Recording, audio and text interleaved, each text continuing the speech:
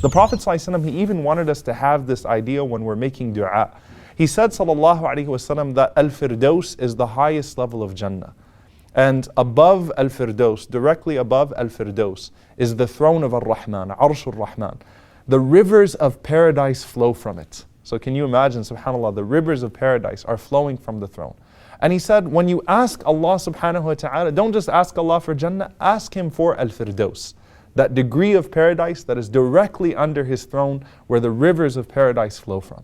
It's also the greatest station on the Day of Judgment. The Prophet ﷺ told us about 7 people who are shaded under the throne of Allah subhanahu wa ta'ala when there is no shade except for His. He told us ﷺ that when He rises up, He would rush to the throne and He would see Musa alayhi salam already clinging to one of the pillars of the throne. So it's the greatest station in paradise.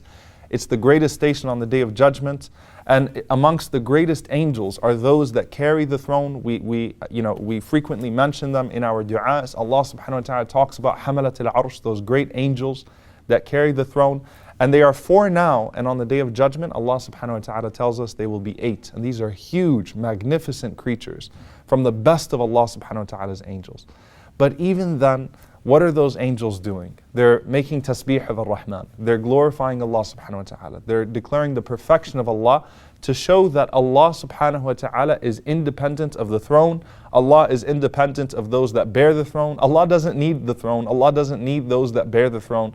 They're constantly glorifying Him and declaring His perfection, because that's how we understand Allah subhanahu wa ta'ala. Because before the throne, there was just Allah. And Imam Malik rahimahullah, he really gives us our creed. He gives us a methodology to understand theology and to understand our creed.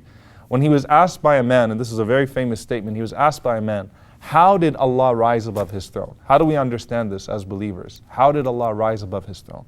And Imam Malik rahimahullah, he started to sweat, he started to shake. He was really afraid of answering that question. But he gave one of the most beautiful answers, and perhaps it was because of his taqwa, it was because of his fear of Allah subhanahu wa ta'ala, and possibly saying something wrong about Allah, that Allah Azza wa Jal inspired Imam Malik to give a statement that would become a headliner, that would become a motto for the people of Sunnah, the people who believe in the Prophet ﷺ and believe in Allah subhanahu wa ta'ala, and do not assign human dimensions to Allah subhanahu wa ta'ala. Imam Malik rahimahullah, he said that al-istiwa'u ma'lum, meaning Allah's, or the rising, al-istiwa' in the Arabic language is known. We know what it means to rise. He says, but al-kayf, how, is ghayru ma'qul, is beyond our comprehension. We have no idea how Allah subhanahu wa ta'ala rises above His throne. We don't assign any human dimensions. We realize that Allah subhanahu wa ta'ala is independent of our dimensions. He says, wal imanu bihi wajib, but to believe in it is mandatory, and to ask about it is bid'ah. To ask about it is innovation.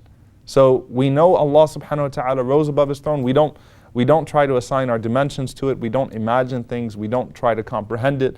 We simply believe in it as Allah subhanahu wa ta'ala gave it to us.